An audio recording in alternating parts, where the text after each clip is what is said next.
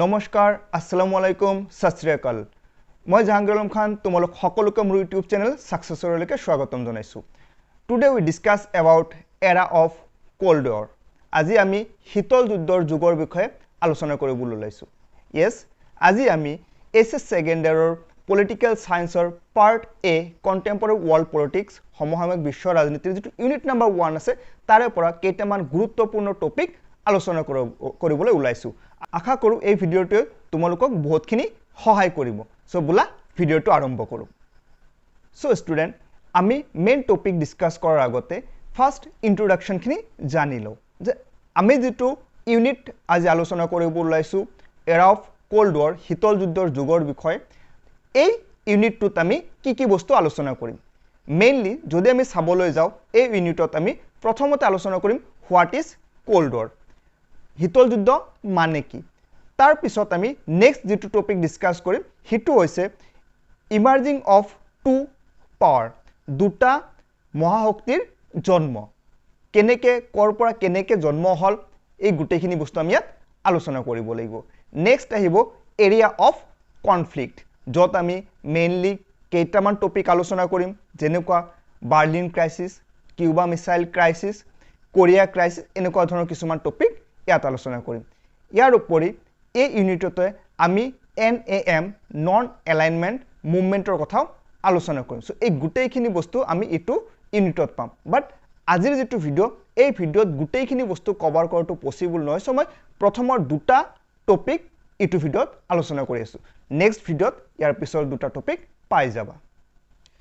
so student আমি যেটো first topic আজি ডিসকাস কৰিম হিটো হৈছে হোৱাট ইজ কোল্ড ওয়াৰ শীতল যুদ্ধ মানে কি বহুত বেছি কমপ্লিকেটেড হোৱাৰ কোনো দৰকাৰ নাই একদম সিম্পলি যদি চাবলৈ যাও কোল্ড ওয়াৰ কোল্ড মানে শীতল ঠাণ্ডা যত তোমাৰ কি নহয় বিশেষ হাই কাজিয়া নহয় আৰু ওয়াৰ মানে তো সকলোৱে গম পোৱা যুদ্ধ তাৰ মানে কি যেটো যুদ্ধত কোনো ধৰণৰ হাই কাজিয়া মাৰামাৰি নহয় হিটোক আমি সিম্পলি কোল্ড ওয়াৰ বুলি ক'ব পাৰো তোমালোকৰ কাৰণে 1 মাৰ্কৰ কাৰণে বহুত বেছি ইম্পৰ্টেন্ট হয় বহুত সময়ত এটো কোৱেশ্চন আহে যে শীতল যুদ্ধ মানে কি 1 মাৰ্কৰ কাৰণে সো তোমালোকে যেটো ৰাইটাৰৰ বুকছে ফলো নকৰাক হিটো ৰাইটাৰৰ বুকছতে তুমি এই ডেফিনেশনটো পাই যাবা হিটো তুমি এনসিআৰটিৰ হ'ব পাৰে শৰ্মা জামানৰ হ'ব পাৰে বা নায়ক এণ্ড পল এটসেট্ৰা যি কোনো ৰাইটাৰৰ বুকছত পাই যাবা সো আমি সিম্পলি কেনেকে লিখিব পাৰো যে যেতিয়া কি হয় যে দুটা সুপাৰ পাৱাৰ বা দুটা পাৱাৰৰ মাজত অঘোষিতভাৱে ঘোষণা কৰা নহয় অঘোষিত কোনো এটা যুদ্ধ চলি থাকে কিন্তু সেই যুদ্ধত কোনো ধৰণৰ অস্ত্ৰ ব্যৱহাৰ নহয় আৰ্মস ইউজ কৰা নহয় গৰম যুদ্ধলৈকে পৰিণত নহয় হট ওয়াৰ নহয় হিটোক আমি সিম্পলি কি ক'ব পাৰো কোল্ড ওয়াৰ বুলি ক'ব পাৰো এতিয়া স্টুডেন্ট তোমালোকে নিশ্চয় কোল্ড ওয়াৰ মানে বুজি পাইছা এতিয়া কথা হল যে কোল্ড ওয়াৰ মানে আমি বুজি পালো কিন্তু কোল্ড ওয়াৰটো আহিল কৰ পৰা ইটো বহুত ইম্পৰ্টেন্ট হয় আৰু ইয়াৰ পৰা তোমালোক 1 আৰু 2 মাৰ্কৰ বহুত কেইটা কোৱেশ্চন হোৱা দেখা যায় যে কোল্ড ওয়াৰ একচুয়ালি কৰ পৰা কেনেকে আহিল এতিয়া যদি আমি কোল্ড ওয়াৰৰ বিষয়ে জানিবলৈ যাও তেতিয়ালে আমি অলপ কোল্ড ওয়াৰৰ আগৰ কথাখিনি চাব লাগিব আৰু হিটো হৈছে সেকেন্ড ওয়াৰ্ল্ড ওয়াৰ দ্বিতীয় বিশ্বযুদ্ধ যেটো আৰম্ভ হল 1939 ত আৰু শেষ হল 1945 ত সো ইয়াৰ পৰা তোমালোকৰ কোৱেশ্চন হ'ব পাৰে যে দ্বিতীয় বিশ্বযুদ্ধ কেতিয়া আৰম্ভ হৈছিল হিটো 1939 এণ্ড শেষ হৈছে কিমান 1945 এণ্ড 1945 ৰ পিছৰ পৰাই তোমাৰ কি হৈছে কোল্ড ওয়াৰ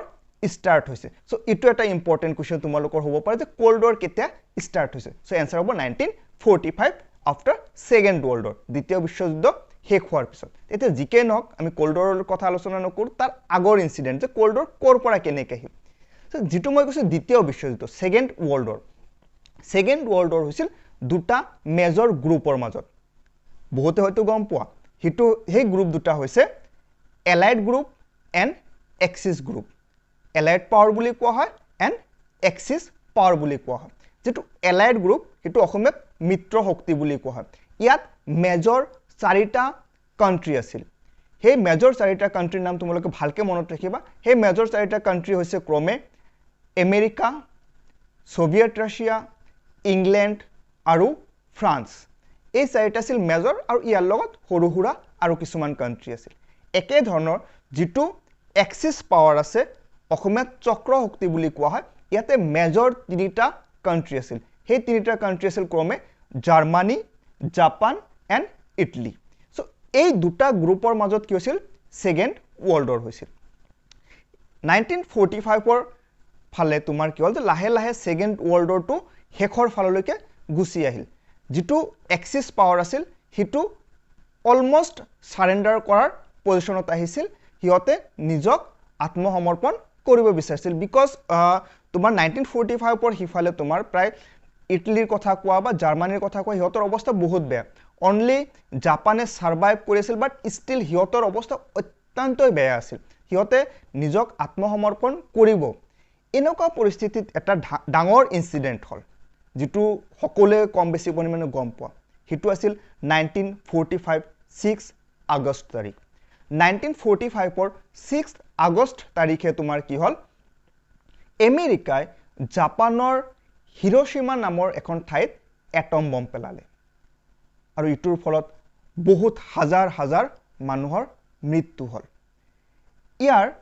এক্সাক্টলি 3 দিন পিছত 9 আগষ্ট তাৰিখে তোমাৰ কি কইলে আমেৰিকাই জাপানৰে আৰু এটা ঠাই যেটোৰ নাম হৈছে নাগাসাকি তাতেও কি কইলে এটম বম পেলালে সো এই দুটাৰ পৰা তোমালোকৰ এটা ইম্পৰ্টেন্ট কোৱেশ্চন হ'ব পাৰে যে আমেৰিকাই কত এটম বম পেলাইছিল জাপানৰ ঠাই দুটা হৈছে হিৰোশিমা এণ্ড নাগাসাকি আৰু যদি ডেট হতে তেতিয়াহলে হিৰোশিমা তোমাৰ 1945 6 আগষ্ট তাৰিখে আৰু নাগাসাকিত 9 আগষ্ট তাৰিখে পেলাইছিল এতিয়া মই এই ঘটনাটো কিয় কলো বিকজ ইয়াৰ পৰাই কৰবাত নহয় কৰবাত কোল্ড ওয়াৰ যেটো আৰম্ভণি সেই আৰম্ভণিখন হৈছিল বিকজ এই ইনসিডেন্টক লৈ বহুত ক্ৰিটিসিজম আছে বহুতে আলোচনাও কৰিছে ইয়াক লৈ আৰু কৰবাত নহয় কৰবাত এই কথাখিনি কি জানি হসাও হয় কাৰণ মই অলৰেডি কৈছো যে এক্সিস পাৱাৰ আছিল হিয়তে হাৰ মানি লৈছিল হিয়তে আত্মসমৰ্পণ কৰিব বুলি কৈছিল কিন্তু হেনুকা টাইমত আমেৰিকাই কিয় এটম বমৰ নিচিনা ইমান ভয়াবহ এটা আক্ৰমণ কৰিব লগা হল এতিয়া চাবা বস্তুটো অলপ ভালকে যদি সোৱা তেতিয়ালে বুজি পাবা যে সেকেন্ড ওয়াৰ্ল্ড ওয়াৰ যেটো হিটো আছিল দুটা গ্ৰুপৰ মাজত allied and axis to completely destroy হৈ গল তেতিয়ালে কেৱল থাকি গল কোন এলাইড গ্ৰুপত মই কৈছো চাৰিটা মেজৰ কান্ট্ৰি আছিল আমেৰিকা ৰাছিয়া ইংল্যান্ড আৰু ফ্ৰান্স ইয়াৰ মাজত ফ্ৰান্স এণ্ড ইংল্যান্ডৰ অৱস্থা খুব বেছি উন্নত নাছিল হিটো টাইমত তাৰ মানে দেখা দেখিকে তেতিয়া বিশ্বত দুটা ডাঙৰ ৰাষ্ট্ৰ বা শক্তিশালী ৰাষ্ট্ৰৰ জন্ম হৈ আছিল সেই দুটা আছিল আমেৰিকা আৰু সোভিয়েট ৰাছিয়া সো আমেৰিকাই ভাবিলে যে আমি কি কৰিব লাগে গুটেই ওয়াৰ্ল্ডত এটা নিজৰ ইমেজ ক্ৰিয়েট কৰিব লাগে যে নাই আমি সকলোতকৈ বেছি পাৱাৰফুল হয় আৰু সেই কাৰণে হিয়তে 1945 ৰ 6 আগষ্ট তাৰিখে হিৰোশিমাত এটা এটম বম পেলালে আৰু যেটোৰ দ্বাৰা হিয়তে প্ৰমাণ কৰিলে যে আমি সকলোতকৈ শক্তিশালী বিকজ তেতিয়ালৈকে যদি সোৱা যায় কেৱল আমেৰিকাক বাদ দি আৰু বাকি কাৰো হাতত এনেকুৱা ধৰণৰ এটম বম নাছিল ইউএসএসআৰ যেটো সোভিয়েট ৰাছিয়া হিয়তে নিউক্লিয়াৰ পাৱাৰ পাইছিল 1949 ইটো 1 মাৰ্কৰ কাৰণে মনত ৰাখিবা সো তেতিয়ালৈকে 1945 লৈকে কেৱল আমেৰিকাৰ হাতত আছিল সো হিটো হিয়তে শো কৰিলে ইয়াৰ পিছত কি হল তোমাৰ 1945 পৰে 8 আগষ্ট তাৰিখে যেতিয়া আমেৰিকা এটা এটম বম পেলালে 6 আগষ্টত ৰাছিয়াই ভাবিলে যে আমি পিছ পৰি থাকিব নোৱাৰো আমিও শো কৰিব লাগিব যে আমি পাৱাৰফুল হয় সো ইহতে কি কৰিলে তাৰ দুদিন মান পিছত 8 আগষ্টত জাপানৰ বিৰুদ্ধে যুদ্ধ ঘোষণা কৰিলে ওয়াৰ ডিক্লেয়াৰ কৰিলে যেতিয়া ওয়াৰ ডিক্লেয়াৰ কৰিলে তেতিয়া আমেৰিকাই ভাবিলে যে নাই ৰাছিয়া দেখোন আমাতকে অলপ আগত গুচি গল সো ইহতে কি কৰিলে তাৰ এদিন পিছত দ্যাটস মিন 9 আগষ্টত নাগাসাকিত আৰু এটা এটম বম পেলালে আৰু ইয়াৰ দ্বাৰা তেওঁলোকে প্ৰমাণিত কৰিলে যে হিয়ত সকলোতকৈ বেছি শক্তিশালী হয় আৰু কৰবাত নহয় কৰবাত এই যেটো দুটাৰ মাজত সংঘৰ্ষৰ এটা ষ্টাৰ্টিং পইণ্ট ইয়াৰ পৰাই পিছলৈ গৈ ইটো শীতল যুদ্ধৰ ৰূপ ললে কোল্ড ওয়াৰৰ ৰূপ ললে এণ্ড ষ্টুডেণ্ট নেক্সট যেটো মই টপিক ডিসকাস কৰিব গৈ আছো ইটো বহুত ইম্পৰ্টেন্ট হয় আৰু ইয়াৰ পৰা তোমালোকৰ 1 2 এণ্ড 4 মাৰ্কৰ কোৱেশ্চন হ'ব পাৰে হিটো হৈছে ফিচাৰ্স অফ দ্য কোল্ড ওয়াৰ শীতল যুদ্ধৰ বৈশিষ্ট্যসমূহ এই যিখিনি টাইমত শীতল যুদ্ধ চলিছিল 1945 ৰ পিছৰ পৰা আৰম্ভ কৰি 1991 লৈকে এই সময়খিনিৰ বৈশিষ্ট্য কি আছিল মই বহুত বেছি আলোচনা নকৰো 3-4টা মান পইণ্ট আলোচনা কৰিছো নাম্বাৰ 1 শীতল যুদ্ধই কি কৰিলে দুটা মহাশক্তিৰ জন্ম দিলে মহাশক্তি দুটা ক্ৰমে আছিল আমেৰিকা এণ্ড ৰাছিয়া নেক্সট যদি আমি চাবলৈ যাওঁ শীতল যুদ্ধৰ ফলত কি হ'ল তোমাৰ এই দুটা সুপাৰ পাৱাৰ নিজৰ যেটো মিলিটাৰী ষ্ট্ৰেংথ আছে সামৰিক বাহিনী ইটো বৃদ্ধি কৰিব আৰম্ভ কৰিলে আৰু ইয়াক লৈ কি হ'ল যে দুটা কান্ট্ৰিৰ মাজত কম্পিটিশন ষ্টাৰ্ট হ'ল যে কোন কাটকে বেছি শক্তিশালী হ'ব পাৰে কাৰ কিমান মিলিটাৰী পাৱাৰ আছে সো ইটো এটা মেইন ক্যাৰেক্টাৰিষ্টিক্সৰ ভিতৰত পৰে ইয়াৰ উপৰি আৰু এটা ইম্পৰ্টেন্ট ক্যাৰেক্টাৰিষ্টিক্স আছে বা ফিচাৰ্স আছে যেটো হ'ল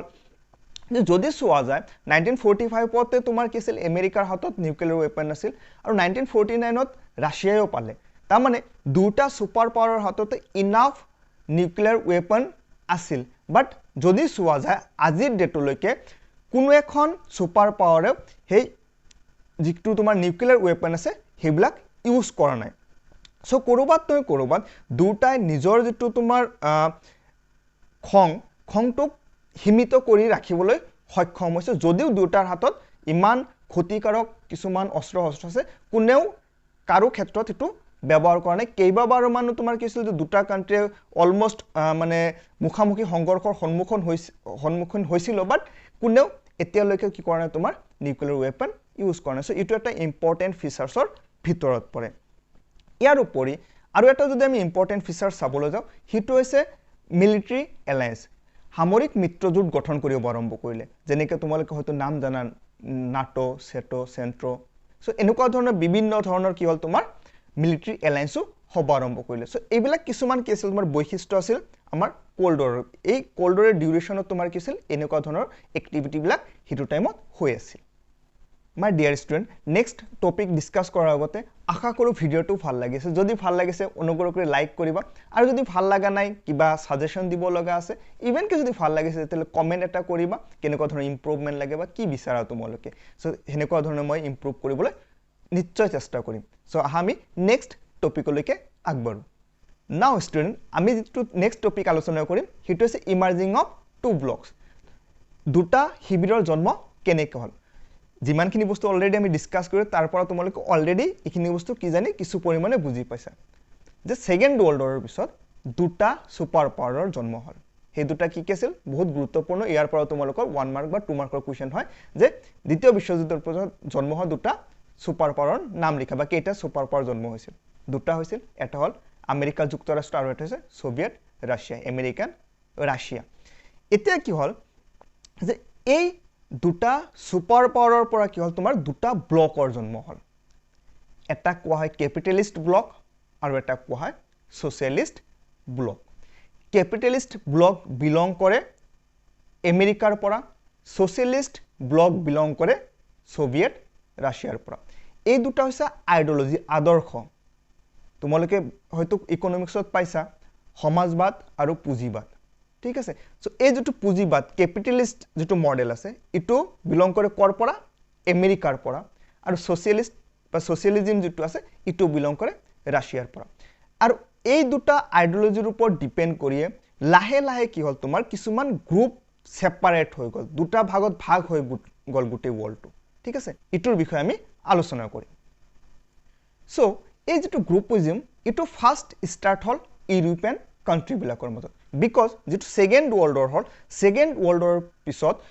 ইউৰোপিয়ান যিবিলাক ষ্টেটস আছিল এইবিলাক কমপ্লিটলি ডিস্ট্ৰয় হৈ গৈছিল ইকোনমিক্যালি মিলিটাৰী ডিপাৰ্টমেন্টৰ ফালৰ পৰা একদম ডিস্ট্ৰয় হৈ গৈছিল সো এই কান্ট্ৰি বিলাকে ভাবিছিল যে ইহতে যদি কি নকৰে তোমাৰ কোন এটা পাৱাৰফুল নেশনৰ লগত নাথাকে আৰু হিয়তৰ সাপোৰ্ট নলয় তেতিয়ালে ইহত কি কৰিব নোৱাৰে কেতিয়াও গ্ৰো কৰিব নোৱাৰে বিকজ ইহতৰ ইকোনমিক্যালি ডিস্ট্ৰয় হৈ গৈছে মিলিটাৰী ষ্ট্ৰেংথ একদম কম সো নিজৰ সেফটিৰ কাৰণে ইহতে কি কৰিছিল তোমাৰ দুটা সুপাৰ পাৱাৰ উছৰ চাপিছিল আৰু যদি আমি চাবলৈ যাওঁ এই যিখিনি তোমাৰ ওয়েস্টাৰ্ণ কান্ট্ৰি আছিল ইউৰোপিয়ান কান্ট্ৰি যিখিনি আছিল ইটো কি হ'ল দুটা ভাগত ভাগ হৈ গ'ল যিবিলাক ওয়েস্ট ইউৰোপিয়ান কান্ট্ৰি আছিল তাৰ মানে পশ্চিম ইউৰোপৰ যিবিলাক দেশ আছিল এই গুটেই কান্ট্ৰি বিলাক কি হ'ল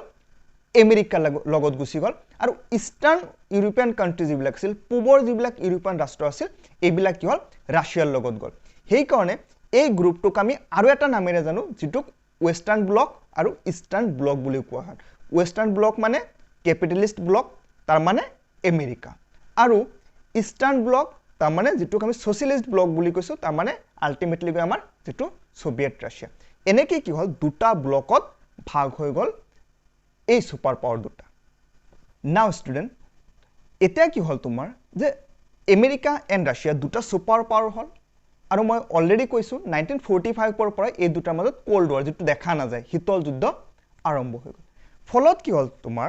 আমেৰিকা এণ্ড ৰাছিয়া দুটাই নিজৰ যেটো তোমাৰ মিলিটাৰী ষ্ট্ৰেংথ আছে সেইটো ইনক্ৰিজ কৰা আৰম্ভ কৰিলে আমি অলৰেডি ফিচাৰ্ছত আলোচনা কৰিছোঁ কোল্ড ৱাৰৰ ঠিক আছে সো আমেৰিকায়ো নিজৰ ডিফেন্স সিস্টেম ষ্ট্ৰং কৰিব আৰম্ভ কৰিলে এট দ্য সেম টাইম ৰাছিয়াও নিজৰ ডিফেন্স সিস্টেম ষ্ট্ৰং কৰিব আৰম্ভ কৰিলে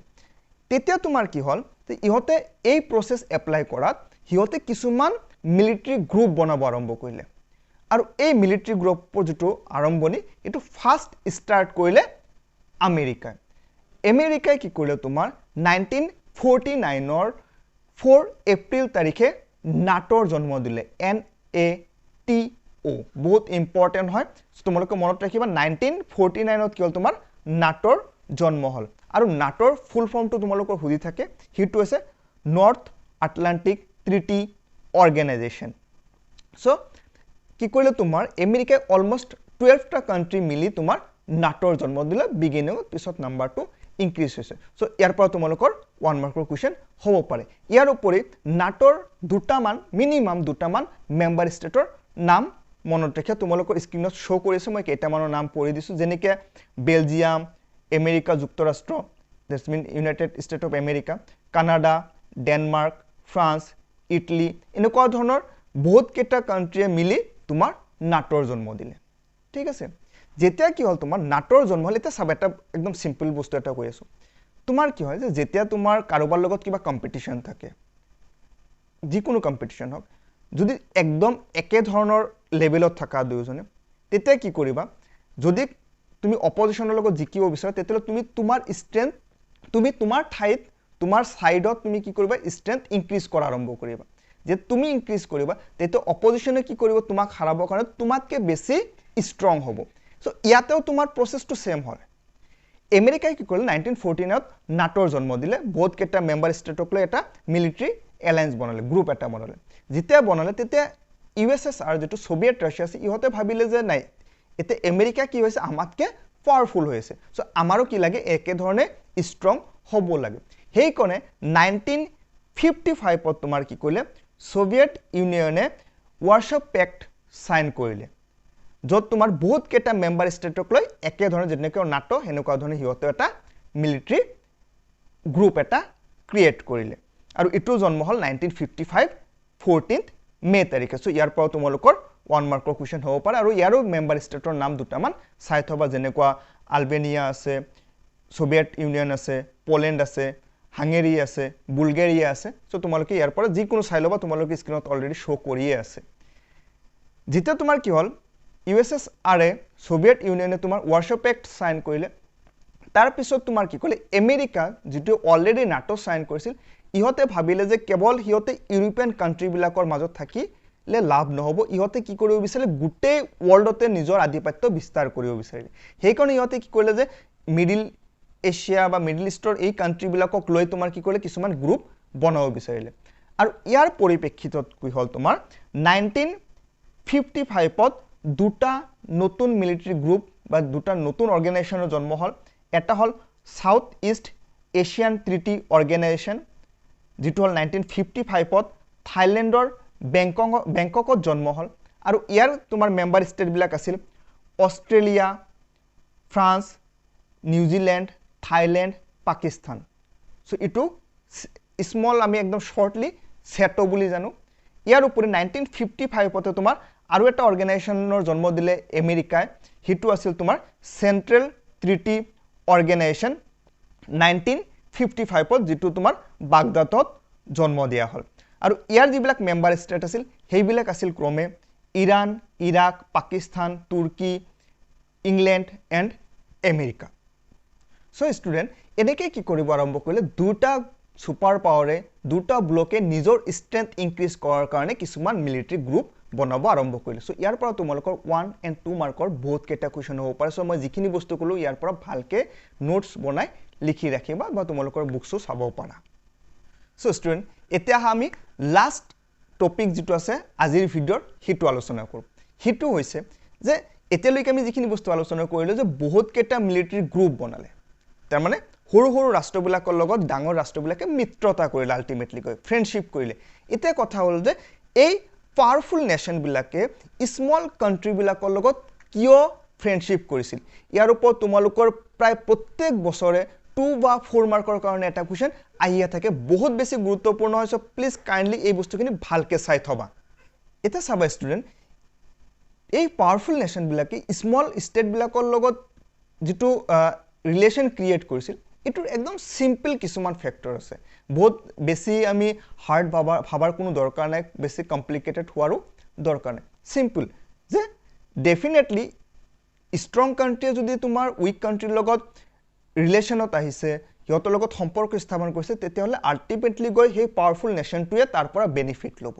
ঠিক আছে সো এই ৰিলেশ্যনৰ ক্ষেত্ৰত যদি চাবলৈ যাও মেজৰ কেইটামান কাৰণ আছে যেটো কাৰণত সিহঁতে